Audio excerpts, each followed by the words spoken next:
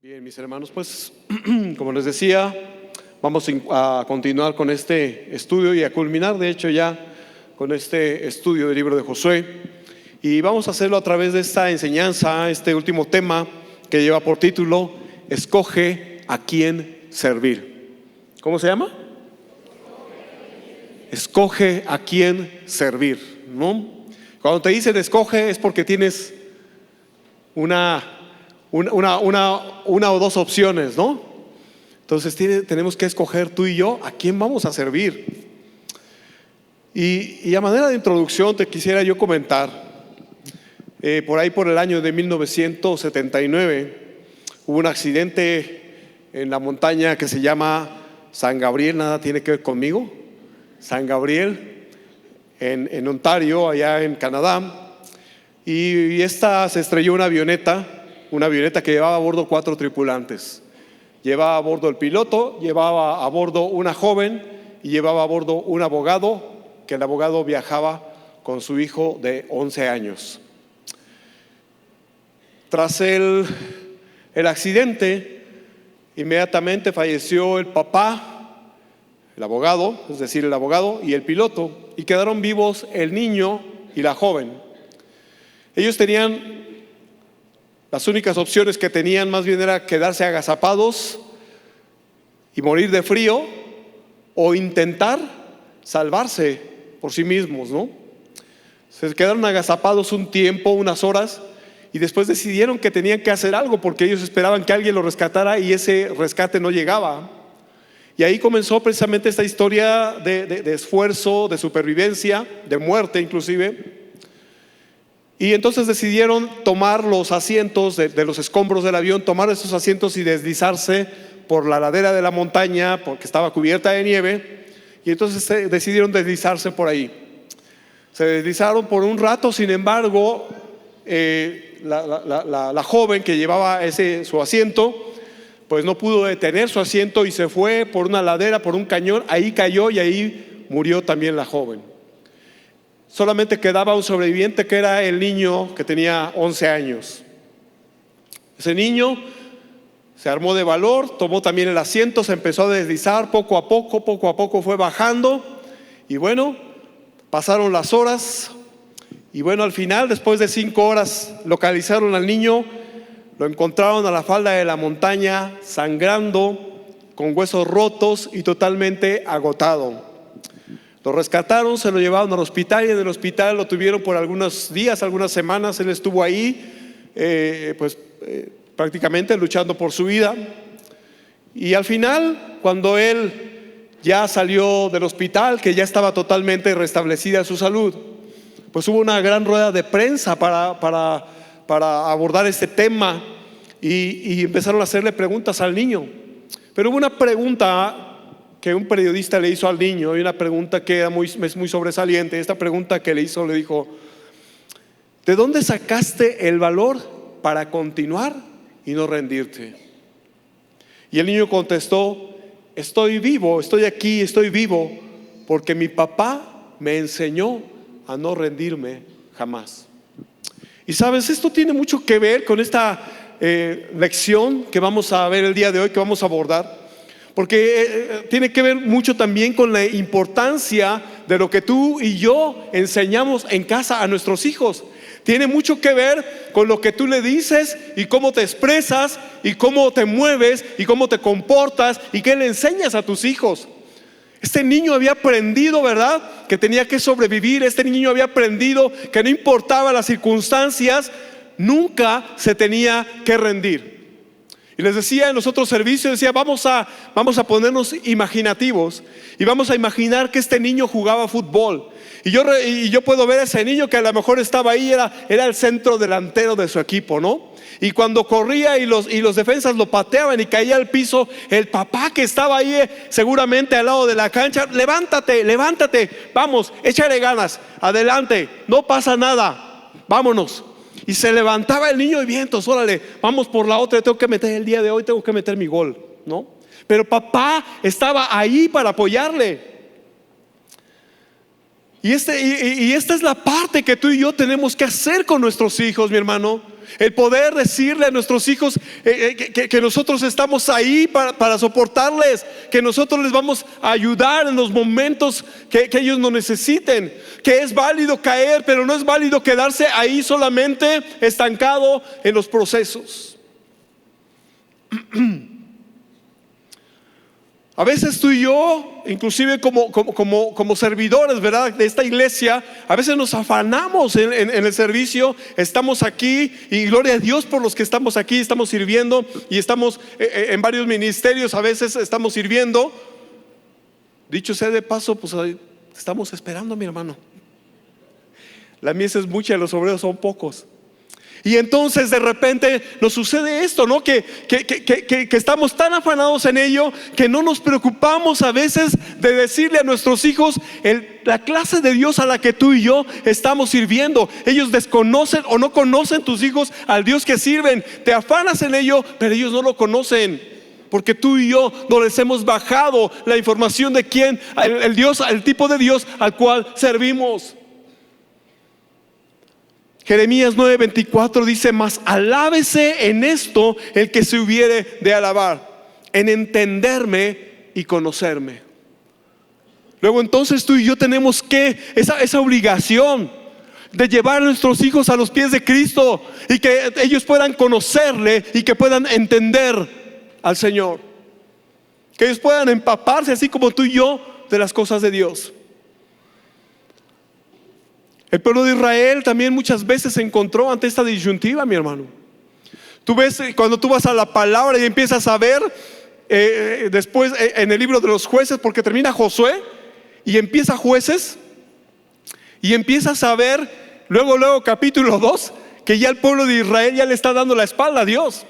Y de ahí, si te vas a primero y segundo de Reyes, primero y segundo de Samuel, primero y segundo de Reyes, primero y segundo de Crónicas, y te vas a los libros históricos, constantemente vas a ver que dice la palabra: y el pueblo de Israel volvió a hacer lo malo ante los ojos de Dios.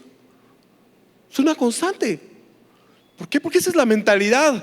Era la mentalidad del pueblo, y eso es lo que tú y yo tenemos que cuidar en nuestra familia, en nuestros hijos, porque tú y yo tenemos que inculcarles la palabra, decirles, hablarles de Dios, hablarles y presentarles el mensaje de Cristo.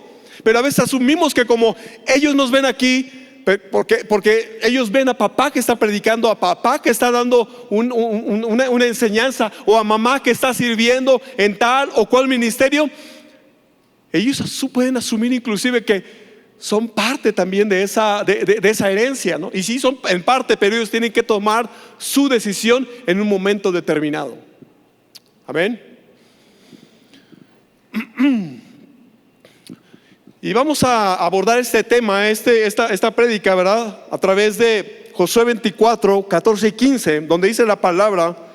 Dice: ahora pues, temed a Jehová y servidle con integridad y en verdad, y quitad de entre vosotros los dioses a los cuales sirvieron vuestros padres al otro lado del río y en Egipto, y servid a Jehová.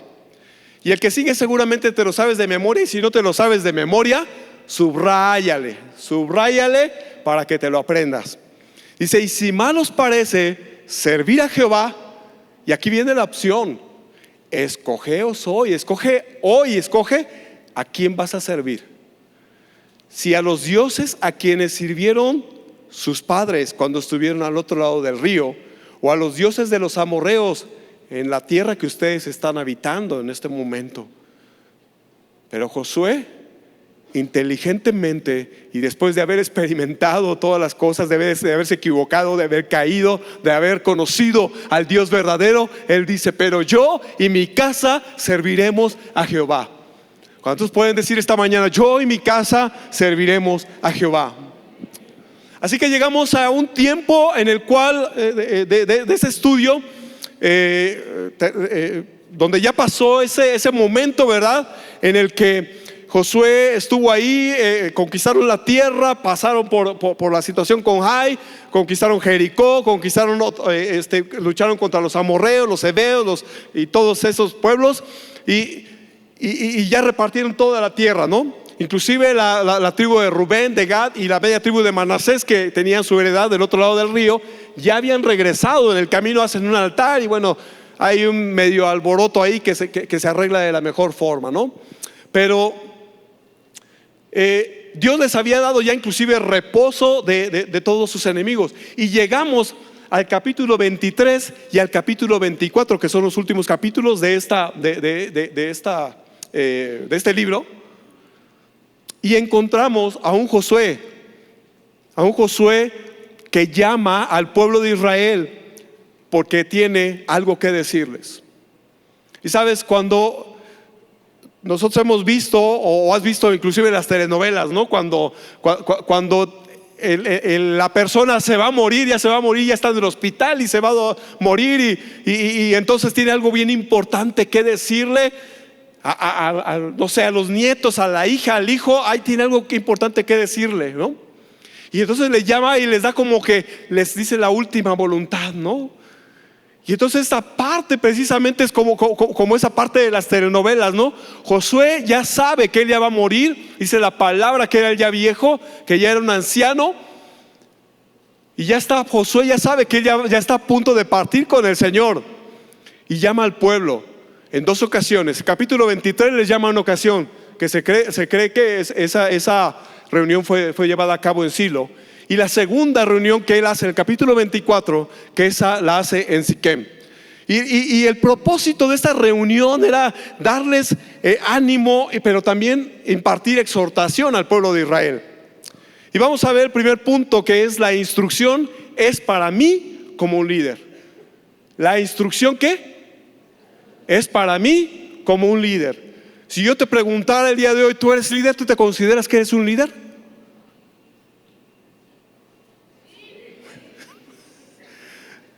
No me haga quedar mal. A ver, por acá, ¿tú te consideras que eres un líder? Amén, porque eso te ha llamado el Señor, ¿no? ¿Cuántos están estudiando la escuela de liderazgo? Pues entonces, ahí te está capacitando el Señor. Nos está capacitando. Tú eres líder. Si eres padre de familia, eres un líder. Si tú estás a cargo de un grupo, de un equipo de trabajo en tu empresa, pues eres un líder. Si tú sirves aquí en un ministerio, pues eres un líder también. Entonces, Dios ha puesto liderazgo natural en nosotros. Eso es lo que el Señor pone, porque Él sabe la capacidad que le ha dado a cada uno de nosotros, a ti y a mí. Entonces, vamos a Josué 23:1. Dice la palabra: aconteció muchos días después que Jehová diera reposo a Israel de todos sus enemigos alrededor, que Josué, siendo ya viejo y avanzado en años, recordemos que Josué ahí en el capítulo 24, más adelante, al final casi, nos dice la palabra que Josué murió a los 110 años. Entonces se cree que Josué tenía alrededor de 108, 109 años en este momento, cuando él hace este par de reuniones, se reúne con el pueblo de Israel. Pero fíjate, a mí me llama mucho la atención y tú tienes que aprender, tú y yo tenemos que aprender a estudiar la palabra de Dios, porque cuando la palabra te repite algo, ahí están esos tesoros que tú estás buscando en la palabra. Y cuando vamos a Josué capítulo 23:2, después de ahí donde dice que era ya viejo y avanzado en años, el 23:2 nos dice: llamó a todo Israel, o sea, llamó a todo el pueblo. Dice, y también llamó a sus ancianos, sus príncipes, sus jueces y sus oficiales. Y cuando tú vas al capítulo 24, versículo 1, Josué nuevamente vuelve a hacer lo mismo. Dice la palabra: reunió Josué a todas las tribus de Israel en Siquem y llamó a los ancianos, a los príncipes, a los jueces y a los oficiales. O sea, las mismas o los mismos niveles de liderazgo que él había llamado en el 23, los vuelve a llamar a esta segunda reunión. ¿Qué puedo entender entonces yo con esto? Que la instrucción primera va para ti y para mí como líderes. O sea, cuando uno se para a dar una clase o a venir aquí, o sea, los que venimos aquí predicamos, ¿a quién crees que le habla primero el Señor? Pues tenemos que trabajar primero. El Señor tiene que trabajar en nosotros, porque no nos podemos parar aquí, venir y predicar algo que ni siquiera estamos llevando. El Señor empieza a trabajar en ti y empiezas a preparar y tú ves, no, Señor, es que yo en este espejo me veo pero súper distorsionado. Tengo que trabajar en esta parte en mi vida. Y entonces el Señor empieza a pulir a cada uno de nosotros nuestra vida, nuestro corazón. Entonces la primera línea de batalla que formamos, la conformamos los líderes, tú y yo. La primera línea de batalla que tiene que presentarse en una familia es papá y mamá. ¿Cuántos son papás aquí? Padres de familia, fíjate, ¿cuántos somos? ¿Sabes que tú y yo somos la primera línea de batalla en nuestra familia, en nuestro hogar, en nuestra casa? Que tenemos que estar velando, hombre, que tienes que estar velando por tus hijos, que tienes que estar velando por tu esposa. Somos la primera línea de batalla. Somos esos líderes a los cuales esa similitud de la cual Josué llama liderazgo es lo mismo en esta parte. Somos llamados tú y yo porque somos esa primera línea. El enemigo siempre va a atacar al liderazgo. El enemigo siempre va a atacar al liderazgo. Había un pastor que me decía, Gabriel, nosotros tenemos que tener cuidado de 3 cosas. Bueno, creo que tenemos que tener cuidado de muchas cosas, ¿verdad?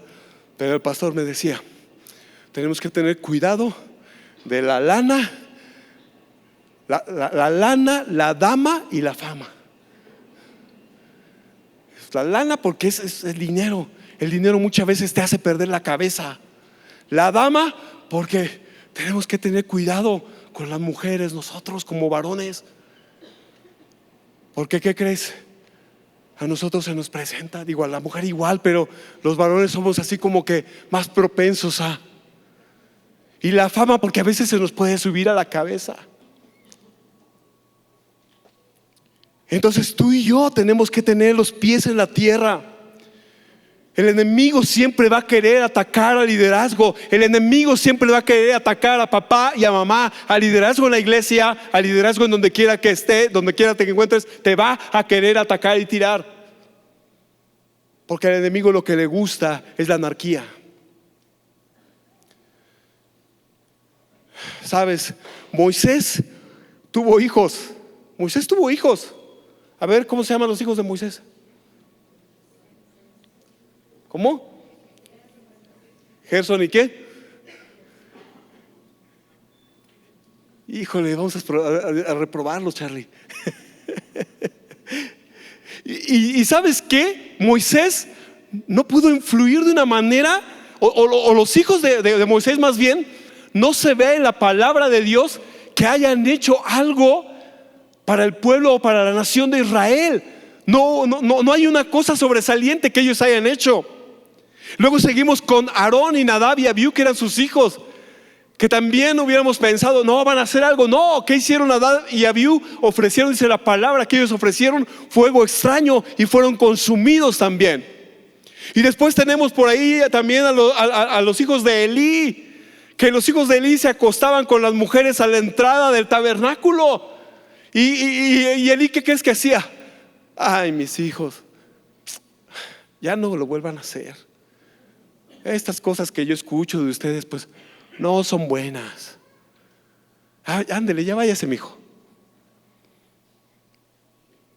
Y también no hicieron nada para el reino del Señor. Y los hijos de Samuel, tú dijeras, Samuel, pero Samuel era el profeta, Samuel era el que ungió a David, Samuel era el que de los más renombrados, y junto con Isaías, junto con Jeremías, era de los profetas más nombrados. Samuel, es más, hay primero y segundo de Samuel. Pero aún la palabra nos dice que los hijos de Samuel, cuando empezaron a juzgar al pueblo de Israel, ellos se vendieron a cambio del soborno. Si te das cuenta entonces la responsabilidad que implica el que tú y yo hagamos que nuestros hijos puedan conocer a ese Dios al cual tú y yo estamos sirviendo. ¿Qué tanto tú y yo como padres nos estamos esforzando por preparar a nuestros hijos para enfrentar este mundo en el cual es un mundo totalmente caído? El mundo y la tierra que les estamos dejando. A veces pensamos que una carrera les va a ayudar. Pensamos que no, si yo te mando a tal escuela porque es muy cara, no, ahí vas a estar bien, vas a salir. Y sí, seguramente va a salir muy preparado, seguramente va a encontrar un muy buen trabajo. Pero ¿sabes qué pasa con todo y eso? Y que no hay un temor de Dios en el corazón de una persona. Te lleva a la perdición, porque no hay un temor de Dios en el corazón. Les platicaba que en los otros servicios, que en una ocasión yo me encontré con una persona que influyó en algún momento en mi vida laboral. Y me acuerdo que en ese momento yo lo saludé con mucho gusto y hola, nos encontramos ahí en Monterrey. Hola, ¿cómo estás, Gabriel? ¿Y cómo estamos? Y ahí nos saludamos bien y yo de repente yo conocía a sus hijos, ¿no? Y oiga, ingeniero, ¿y cómo está su hijo?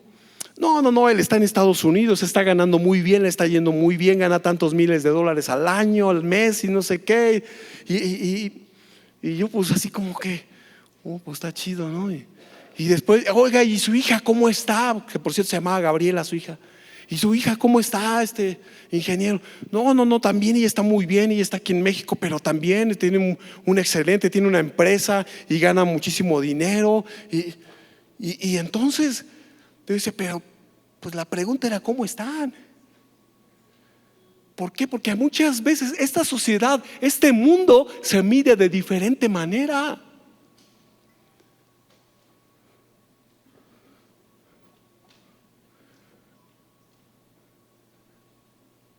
A veces creemos que las riquezas te van a dar todo lo que tú estás necesitando, y te pueden dar muchas cosas las riquezas, pero hay algo que no te puede dar, no te puede llenar la riqueza, ese vacío que tú tienes en el corazón, porque ese vacío, tú y yo fuimos diseñados para que ese vacío lo llene solamente Cristo Jesús en tu vida. Por eso mucha gente, ¿verdad?, trata de llenar esos vacíos con dinero, con riquezas, con mujeres, con alcohol, con drogas, con muchas cosas. Tú y yo tenemos que enseñarles también ese respeto a nuestros hijos. Pero ¿cómo proveemos tú y yo? ¿Cómo trabajamos? ¿Qué les enseñamos? ¿En qué se fundamenta nuestra fe? ¿Se lo has enseñado a tus hijos? Y tal pareciera que a veces tenemos y podemos ser nosotros hombres y mujeres de plástico, que cuando si tú acercas fuego al plástico, ¿qué le sucede? Se deforma, ¿no? Se deforma y se derrite. Así pasa con ese fuego consumidor del Señor. Cuando tú y yo nos acercamos, ese fuego viene y empieza a probarnos, a probar nuestros hechos, a probar lo que estamos hablando, lo que estamos diciendo, lo que estamos viviendo. Y nos puede llevar a derretirnos, mi hermano. El cómo hable tu hijo de ti es el nivel de efectividad que tienes como padre. Mira, yo siempre, y lo voy a decir, no es porque esté aquí nuestro pastor y el papá de nuestro pastor, pero siempre que hemos escuchado aquí cómo habla el pastor de su papá, habla de la efectividad que tuvo como padre. ¿Cómo quieres que hable tu hijo de ti en un futuro? ¿Cómo quieres que hable de ti tu hija, Esteban? ¿O cómo hablan? ¿Cómo hablan, hermano, de ti? Ay, no manches, mi papá. Pero si mi papá es candil de la calle y oscuridad de su casa. No, mi papá es un amor aquí, ¿no? Aquí pasando de la entrada allá de la puerta, iba a decir la puerta de la fe, no, de la avenida de la fe para acá, se transforma. Es un transformer. Pasa la línea divisoria internacional. ¿Cómo está, hermano? Bien, hermano. Aleluya. ¿No? Y cuando sale de aquí para allá, órale, córranle, ¿qué están esperando? Vámonos a la casa, yo ya tengo hambre. Órale, chamaco. El cómo hable tu hijo de ti es el nivel de efectividad que tienes como padre. ¿Sabes? Porque es muy importante para nosotros, y es importante que tú sepas que tú y yo tenemos un papel, la importancia del papel que ha depositado el Señor en ti y en mí. Porque tú y yo somos líderes de Dios, y el líder de Dios mantiene unido al cuerpo. De la misma forma que Josué mantuvo unido al pueblo de Israel, así tú y yo tenemos que mantener unidas a nuestras familias. Un líder de Dios provee la dirección, porque esa dirección es la misma que él ha recibido de parte del Señor Jesucristo. Un líder de Dios aprende a escuchar, porque es lo que el Señor pide de nosotros cuando Él te dice que tienes que ser, ¿cómo se llama? Que hables menos y escuches más. Porque cuando hablamos muchas veces decimos barbaridades, cosas que no son, que no van. Un líder de Dios tiene una visión clara de las cosas, porque el Señor se las ha revelado, porque hay una búsqueda de Dios, y el Señor te viene y te dice: las cosas deben ser de esta forma. Un líder de Dios guía al cambio, porque el cambio además es crecimiento. Un líder de Dios también provee confianza a sus hijos, a su esposa. Hay una confianza porque la esposa sabe que tú eres fiel, porque la esposa sabe, y no porque quiere hacerle fiel también a ella, sino porque ha puesto el Señor fidelidad en tu corazón. Porque tú y yo como varones siempre tenemos que decirle: Señor, enamórame de ti. Porque en la medida, varón, que tú y yo nos enamoremos del Señor, ese amor va a empezar a fluir a tu esposa, a tus hijos, porque va a ser derramado. Un líder de Dios es un ejemplo de actitud. Tenemos una actitud diferente a la de los demás. Un líder de Dios aprende a ser sabio, porque un líder de Dios es enseñable. Porque cuando te llaman la atención, no buscas pretextos, no buscas decir como dijo Adán: la mujer que tú me dices. No, un líder de Dios aprende. Un líder de Dios apechuga y entiende que todo es para bien, que todo obra para bien en su vida. ¿Cuántas veces te han llamado la atención tu líder? Ay, no, yo no voy a ir a la iglesia porque el hermano Gabriel grita mucho. Ven, perdóname, hermano. Ya les he dicho siempre que no grito, es mi nivel de voz normal. Mi nivel es alto y más alto. Un líder de Dios, mi hermano, paga el precio. ¿Cuántos líderes de Dios hay aquí? Nuevamente pregunto: ¿cuántos líderes de Dios hay aquí?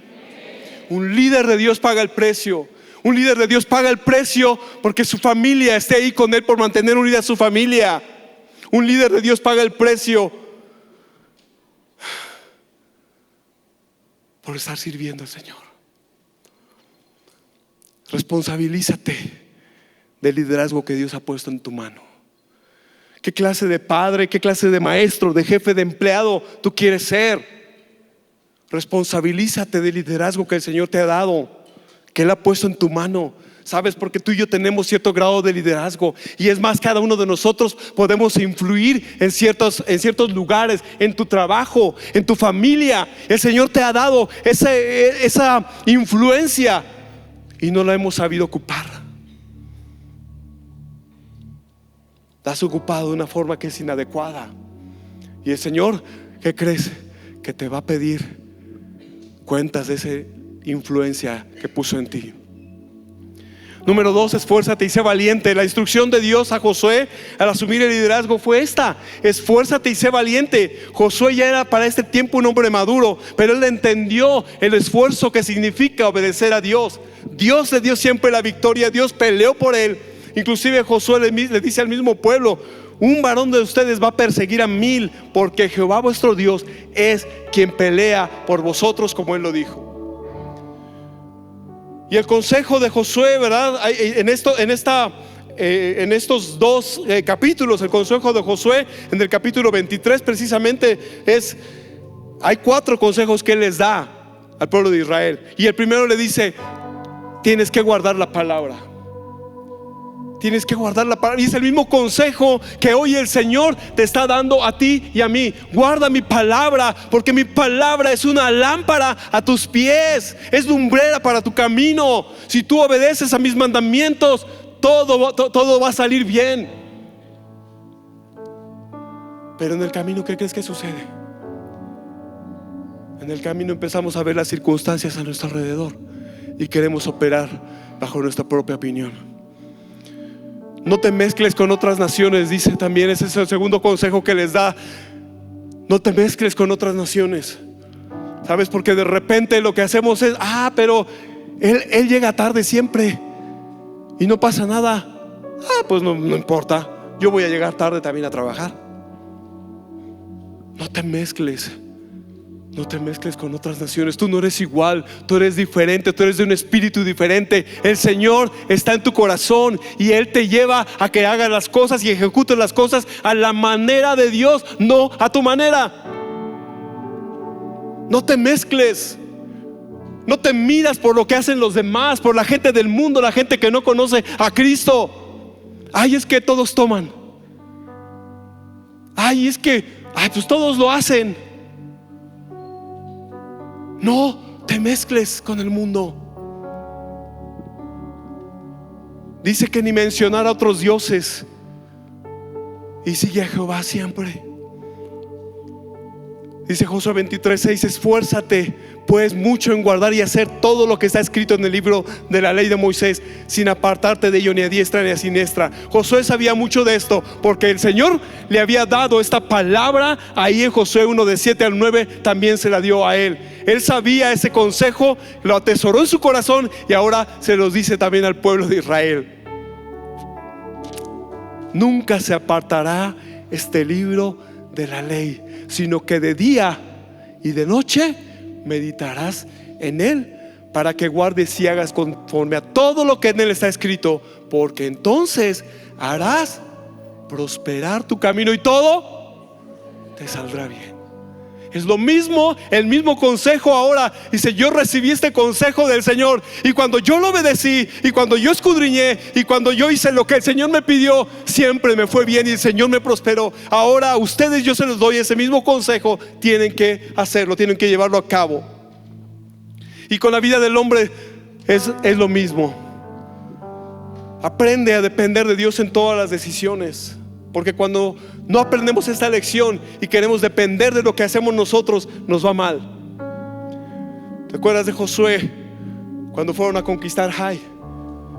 Y alguien por ahí le dijo a Josué: no envíes a tantos, Josué. Pues no, qué bárbaro eres, Josué. O sea, pues con 2,000 o 3,000 hombres que suban es suficiente.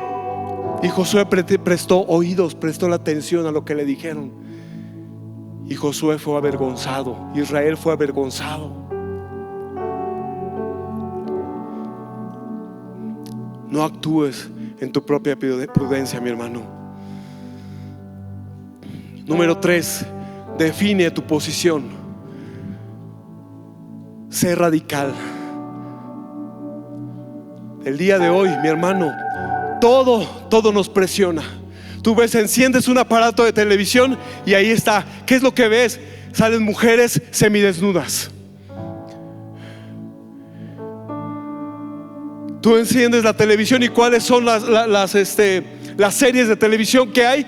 Hay series de televisión que ni conoces y te metes a explorarlas y te atrapan a la primera. Ya el primer capítulo que tú viste ya te atrapó, y entonces ya te hiciste esclavo para ver el segundo y el tercero y el cuarto y el quinto, y te avientas la serie, y cuando te diste cuenta te atrapó y ya no haces tu devocional y ya no lees tu Biblia. Pero ¿qué tal Breaking Bad?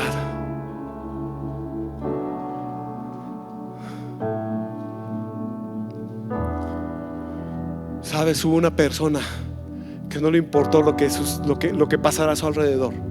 Fue radical. Y ese fue fue Noé. Noé vivía en un tiempo en el que había maldad en la tierra. A los 500 años dice la palabra que él engendró a Sem, Cam y Jafet. Por ahí de esos tiempos. No creo que los haya engendrado de un jalón, ¿verdad? Pero por ahí de esos años. Y en el año 600 viene el diluvio, lo cual quiere decir que por ahí los historiadores dicen que se tardó unos 40 años en hacer el arca. ¿Te imaginas 40 años martillando, metiendo clavos, cortando tablas, haciendo esa arca? Pero fueron 40 años en los que él mantuvo ocupados a sus hijos. 40 años en los que él dijo: yo y mi casa serviremos a Jehová. Él sabía que estaba haciendo algo para salvar a su esposa, a sus hijos, a su familia, a las esposas de sus hijos, a sus nueras. Él sabía qué es lo que iba a hacer con esa arca. No le importó, no le importaba. Imagínate la gente que pasaba 20 años, 30 años. No, mira, ahí está el loquito este que dice que va a venir un diluvio. Mira, ahí está el Lorenzo que anda construyendo un arca, que porque va a venir una gran inundación. Y Noé en su corazón decía: yo y mi casa serviremos a Jehová. No me importa lo que ustedes digan. Y sabes, muchas veces a tu familia misma te lo va a decir: ay, Gabriel, es que antes venías para acá cuando te reunías con nosotros. Es más, hasta le entrabas al chupirul, y ahora ya no quieres ni tomar ni convivir con nosotros. Yo y mi casa serviremos a Jehová. Tienes que ser radical. No le importaron las burlas. Que no te importen las burlas, que no te importen las habladurías. Por ahí hubo un carcelero en Filipos, ¿te acuerdas? Cuando Pablo y Silas estaban adorando al Señor y se abrió la cárcel, y llegó el carcelero y pensó que ya se habían escapado todos. Dice: no, ya valí. Y se iba a matar, y Pablo dice: espérate, aquí estamos todos. Y el carcelero le dice: ¿qué tengo que hacer?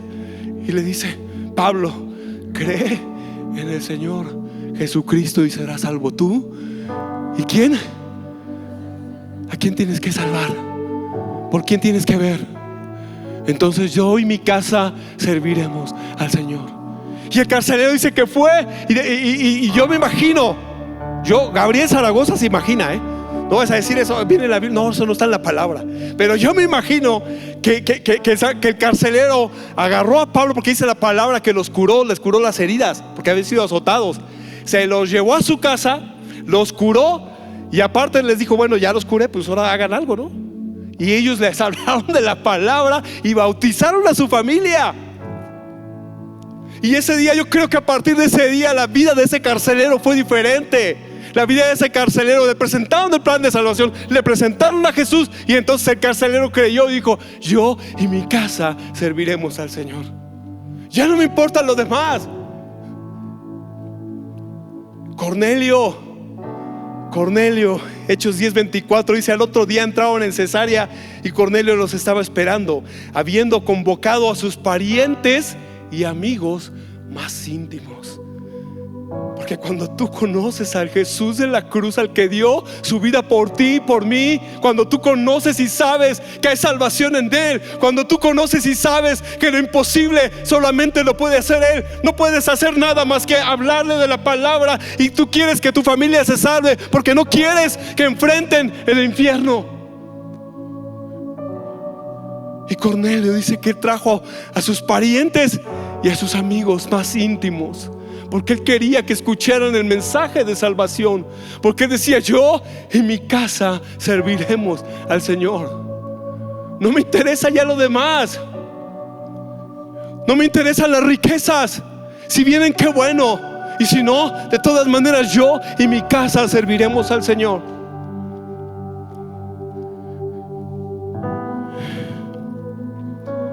Para terminar, esta reunión, la última reunión que hace Josué, se lleva a cabo en Siquem. Y me encanta esta palabra, porque cuando yo lo estudié, Siquem viene del griego Shekem, y Shekem significa el lugar para llevar tus cargas. Entonces tú y yo tenemos que hacer de repente una parada en Siquem y llevar nuestras cargas al Señor. ¿Cuántos se sienten cargados y atribulados el día de hoy? ¿Cuántos han tenido problemas en esta semana, o en estos meses, o en estos años, y que están esperando una respuesta de parte del Señor, y el Señor te dice: paciente, yo te voy a responder? Hoy el Señor te dice eso: pero sírveme y sé fiel. Mira, no es una casualidad, porque en Siquem Abraham construyó un altar.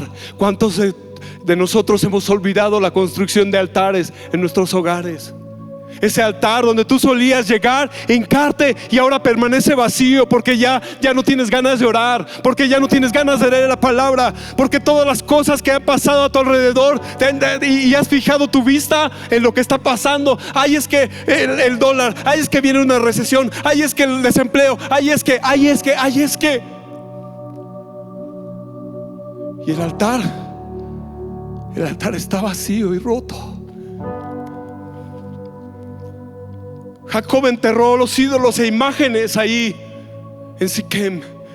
Génesis 35:1, lo puedes leer y checar para que no digas que te estoy cuenteando. Jacob enterró los ídolos y las imágenes ahí. Y un ídolo es todo aquello que toma el lugar de nuestro Señor. Antes que Él siempre pones pretexto. Ay, es que no voy los domingos a la iglesia porque es el único día que tengo para levantarme tarde. Hijo, ¿cuántos han oído? Es que hoy juega el América.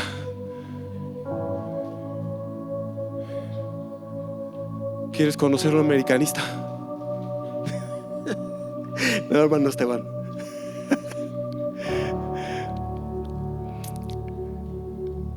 Esos ídolos. Tienes el póster de las Águilas de Filadelfia, no de las Águilas de aquí. Allí está en tu cuarto, ahí en grande, y ahí está, como posando, ¿no?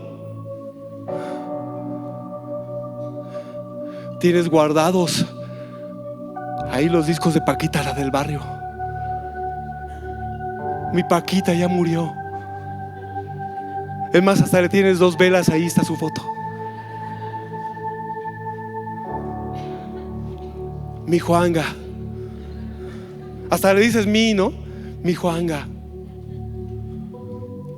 En ese lugar enterraron los huesos de José también, en Siquem. Los trajeron de Egipto, huesos secos, ahí los enterraron. ¿Sabes? Tú y yo tenemos que dejar ahí esos huesos secos y pedirle al Señor que Él pueda traer una frescura a nuestras vidas también. Caí en esa rana por ahí. Deja ir a mi pueblo. Y también fue una ciudad de refugio. Tú sabes, ahí iban los homicidas para que no los mataran hasta ser juzgados. Era una ciudad de refugio. Oye, hermano, yo te quiero invitar a que te pongas de pie. Y si tú te has identificado con esa persona que en un momento determinado dejó de hacer altares, si tú te has identificado con ese tipo de personas que dejó de servir al Señor y que en un momento determinado empezamos a hacer cosas equivocadas, cosas erróneas, hoy es el tiempo de restauración. Hoy es el tiempo en el que tú puedas decir nuevamente: yo y mi casa serviremos a Jehová. Si en un momento determinado, ¿verdad?, dejaste que todo pasara en la vida de tus hijos, dejaste de dar la instrucción, hoy es el día en que tú nuevamente puedes hacerlo y el Señor te puede restaurar tu familia, el Señor puede restaurar tu matrimonio. Pero define el día de hoy: yo y mi casa serviremos a Jehová. Padre, esta tarde te damos gracias por tu infinita paz y tu misericordia. Ora ahí con quien tienes al lado. Si tienes a tu esposo, a tu esposa, a tus hijos, ora con ellos. Señor, ayúdanos, Señor, porque necesitamos de ti. Señor, en algún momento, Señor, perdimos la brújula, pero queremos regresar a casa. Nos llegamos a olvidar de ti, Señor, pero hoy queremos nuevamente tomar esa decisión.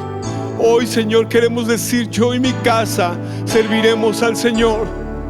Ya no más estar divagando, ya no más estar escogiendo las cosas que nos convienen a nosotros, Señor, solamente y actuando egoístamente. Ya no más de ello. Ayúdanos a guiar a nuestros hijos, Señor, en santidad, a hablarles de ti, a hacerles ver, Señor, que tú eres un Dios de milagros, que tú eres un Dios de promesas, que tú eres un Dios que todo lo puede, que todo lo suple. que cambias vidas, que transformas matrimonios, que transformas propósitos. Ora por tus hijos, mi hermano. Oramos por nuestros hijos, Señor, porque implantes propósitos eternos en ellos, Señor. Aleluya. Aleluya.